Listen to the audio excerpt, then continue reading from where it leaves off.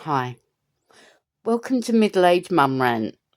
Mm, Today I'm going to be covering my opinions on Mr. Kody Brown from Sister Wives. Um, he's always been a source of contention for me because he is, in fact, quite a butthole, really. Um, He grates on my every single nerve. In fact, if I had one nerve left, he would be bungee jumping on it most of the time. Um, the thing about him I can't stand is the way he expects people to put up with from him things he would never be prepared to put up with from anyone else. And I don't think you should expect more of other people than you do of yourself. You should be able to match people's intention, people's energy. I don't think he likes women. Not saying he's gay, straight. I'm not making assertions upon his sexual identity. I just don't think he likes women. He doesn't see women as an equal species to himself. But then I also don't think he thinks most men are in his gauge park either. He's a very greedy, gluttonous individual who expected 3 women that he married before his last wife to just be in his orbit and be content with just that they should be prepared to spend this life that they've got just being grateful to be in his orbit. I wonder what he sees when he looks in the mirror. I don't think it can be the same as what I see when I look at him.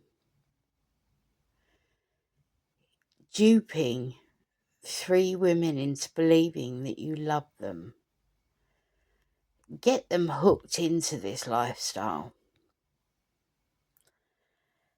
Meet somebody in his midlife and then want to adorn that woman with ill-gotten gains from money that he has pilfered from a bank account that the original 3 wives heavily contributed into.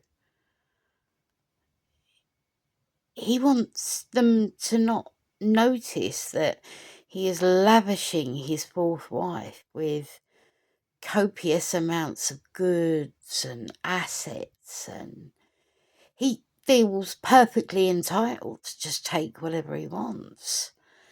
It doesn't matter if it's his by earning it. He just feels naturally entitled because he is who he is. What about his poor children? He parentified the oldest children in the family to be caretakers at points for the younger siblings. The man's a human DNA photocopier. Rinse, repeat, rinse, repeat, rinse, repeat. And he didn't actually do anything for those children substantially. He filtered in whenever he felt like it, wound the kids up just before bedtime, or occasionally would get them to go and brush their teeth and stuff. But if it didn't suit him in that minute, in that moment, to have those children around, he would shoo them away. Everybody's home was run on this guy's latest mood, this guy's latest need, this guy's latest want. Everything had to be circled around him. People were only bit part players to his life, except for Robyn. She was his goddess, his queen. And he pitted these women against each other consistently. He'd run to one like the little weasel that he is, tittle-tattling about something unfair one of the others are doing. Then he'd run to one of them and tittle-tattle on the first person. He'd make sure nothing was ever directly correlated back to him in the ways of being at fault for anything. He was a very big manoeuvrer. He just loved to wind them up and watch them go. And he seemed to really enjoy creating insecurities, winding these women up, making them feel less than him. You could tell he really, really enjoyed that. He joins the AUB, when he came back from his Mormon mission. And he joined them, I think, to impress his dad. And I think he wanted more wives than his dad, just so that he could feel that he was in a hierarchical, paramount point. I've got more than you. I can do what you're doing, but I can do it better. He's one of these people that he'll see somebody doing something and his arrogance will let him believe that without any training, without any focus, without any real planning, he can do it better than these people, and he can do it 300 times better. I've met a few people like that in my life. I found what he did when he supposedly had caught COVID to be really egregious. In the town where I lived, I had somebody that I knew that worked in the local accident and emergency department. And this man was selfless. He would give and give of his time, his experience, his wisdom, his care, his compassion. And he'd been working as a charge nurse in the A&E when he contracted his COVID. And the poor man died within 3 weeks. Far away from home, because he came from New Zealand. Far away from, his family of origin, his people. And he still didn't create half the catastrophic behaviour that Kody Brown did. And Kody Brown hadn't even realistically had a high temperature. And Robyn, it takes a certain kind of sickness to, escalate your kids' anxieties, to make them believe that you could possibly die. She really wanted her kids, and Kody enabled it, for her kids to be fearful that their mum would not come home, she was that ill. Okay, love, well then why are you in a room in the accident and emergency filming yourself? How disgusting are you? You are parasiting off of other people's experience. You didn't even need oxygen.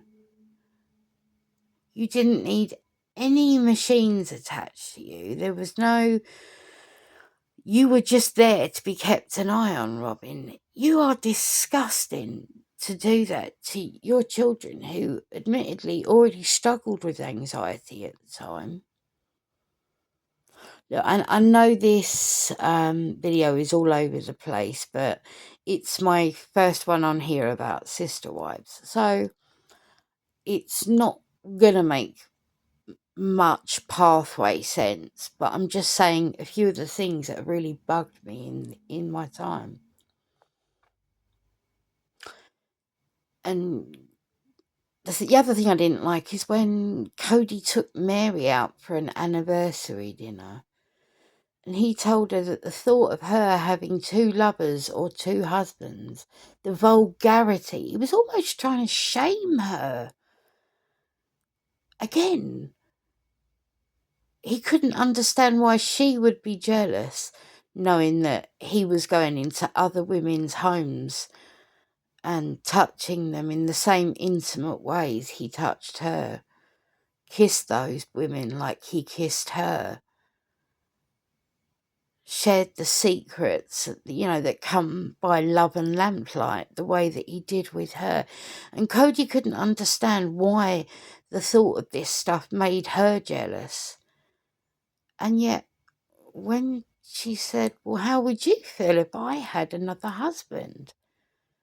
And he was like, that's against God and nature. How?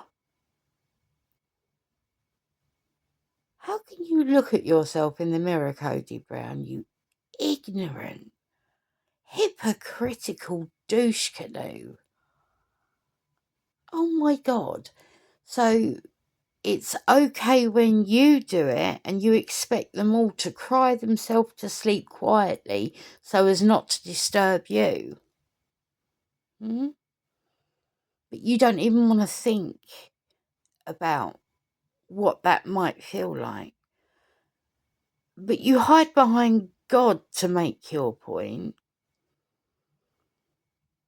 You really think God wants you to have copious amounts of wives? Children that you will not even put your hand in your pocket for. Oh, unless they're Robyn's kids. You're just awful, Kody Brown. You are awful. The self-entitlement on you is out of the park. It is. I don't think in my life, could handle even being in the same room as somebody so self-absorbed as you.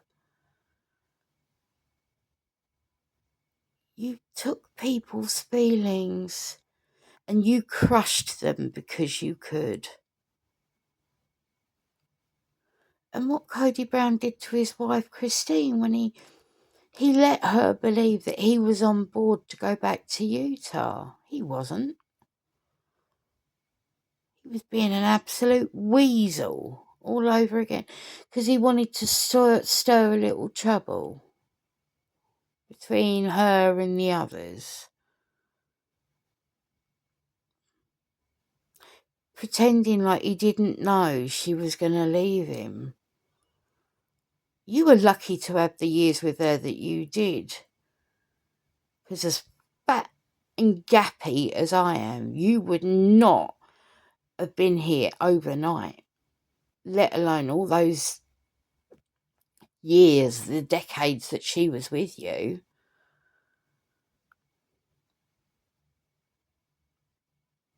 Yeah, I mean, who the hell do you think you are, Kody Brown? Who the hell? You are walking selfishness. Completely. Selfish. You couldn't provide for your kids, any of them. You had your wives illegally claiming welfare.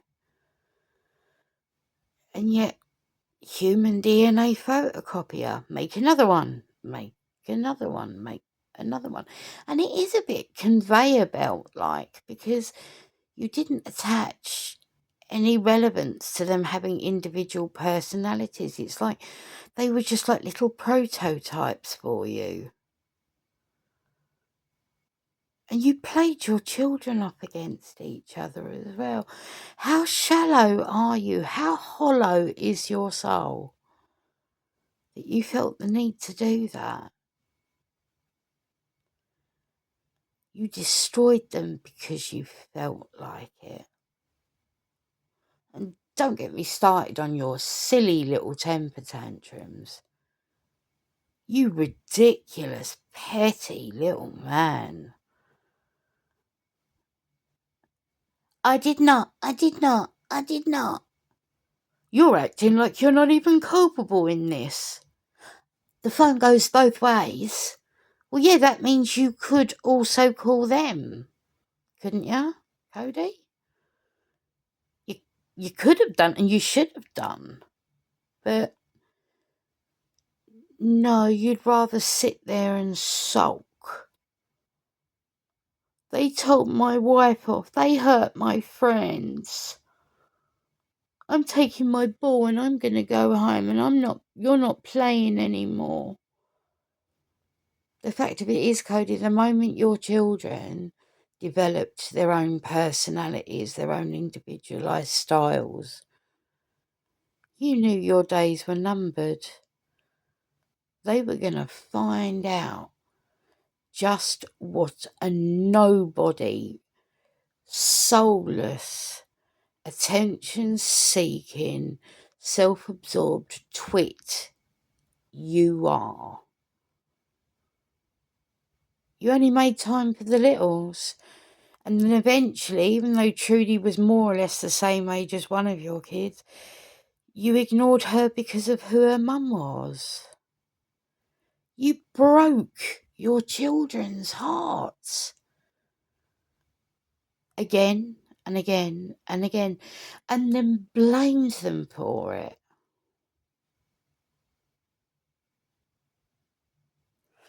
I don't know about demanding another season of anything. You should be somewhere thinking about the sort of person you are and the sort of experience you have given all of your children. Quite frankly, you should be ashamed of yourself. You knew bragging to Christine and the others that you picked Robyn's wedding dress. You knew that would hurt. And you wanted it to, didn't you? You wanted to hurt them. Because it made you feel like a big, strong, powerful man. You were going to prove to these wives just how much you'd gone up in the world because now you had Robyn. And please don't pretend you weren't sleeping with that woman all the way up to the wedding. No one is that stupid. She was getting more than the others before she even moved to Lehigh. She had 3 days, at least a week of your time, while you left your heavily pregnant wife alone without you, knowing what had happened during her pregnancy prior, where she nearly died. She nearly bled to death. You cared so little for her. You left her defenceless on her own without you, to go and play middle-aged life crisis in another state completely. And you took your kids sometimes, and they were watching all this happen. And Robyn, just so that you know, loads of people do not believe your stories of, well, what you said happened to you in your first marriage. No. We worked out a long time ago. You were in it for the money and the fame. So anyone in your past had to look bad for you to look good, because you knew you were a crappy individual. And shame on you for taking those children away from their father. You finagled and wound everything around your little finger. And some of the stunts that you have pulled with those women. How do they work out I owe them money? Pretty simple. You took. Oh, and then you took, and you took, and you took, and you took, and you gave nothing back. That's why. I don't care how many fancy ways Kody puts it. When your head hits the pillow at night, you know you've stolen and schemed. Otherwise, how do you explain the fact that you've got all that? And it isn't that you're a budgeting queen, little Miss American Girl doll. You really think anyone is buying or drinking this Kool-Aid you're selling? No, they're not. Not at all. So ridiculous. Your pretend panic attack in the interview where you're talking about the upcoming actions you're going to take on David Jessup. I can't breathe, I have to get out. Yeah, because you didn't have an answer, did you? You were going to get pulled over the coals. See, you'd love to live in an echo chamber where nobody questions you and people believe every single word that you have got to say. But trust me, not many people are silly enough to believe you. All this fake crying all the time. You're either exceptionally emotionally unbalanced or you're a grade A manipulator, and I know what my money's going on. You drove wedges where you could. You did. You can't hide from the truth, because it's going to find you and it's going to bite your butt. The shameful way you two treated Janelle. And Robyn, you were living in that muck mansion off of the backs of the money that Mary and Janelle contributed. And then you and Kody are sitting there saying, oh, I don't know, I don't feel like making it possible for Janelle to have her own place. How dare you? The utter gall you had to do that to her. That behaviour was disgusting and unwarranted. Just because Janelle's still friends with Christine and that don't make us look good. So we're going to punish her. She won't be on our team. She's not playing. You absolute immature children. And I reckon you were pregnant before Las Vegas. I seriously do. If not, it was pretty soon after you got there. Oh yeah, and uprooting those poor kids like you did. You didn't give a stuff about their lives. What you were demanding they leave behind. Any of that. You didn't care. Imagine, guys and girls out there, being so full of yourself that you put the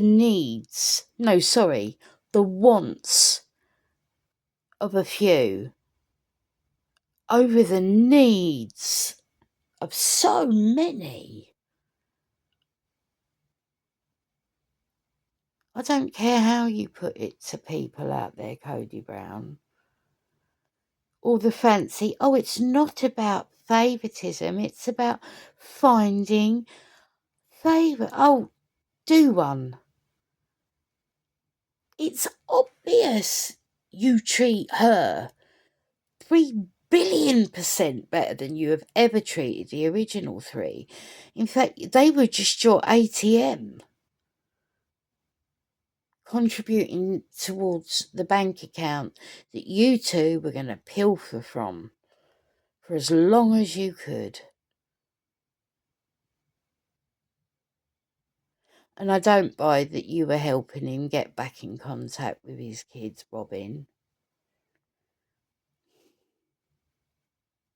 Yeah, it sucks that so many people don't like you.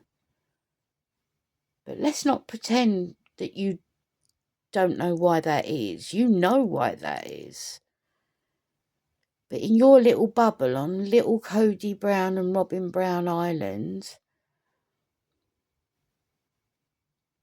where Robyn farts glitter and sneezes bubblegum, where up is down and left is right, anything's possible, isn't it?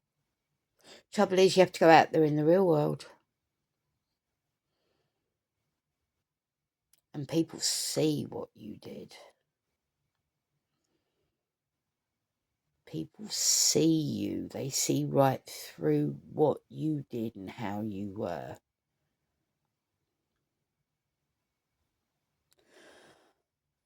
I'll probably upload another video later. This is as much as my blood pressure can handle for now. But please like, comment, subscribe if you feel like it. It all helps. But I just wanted to get a few of those things off my chest.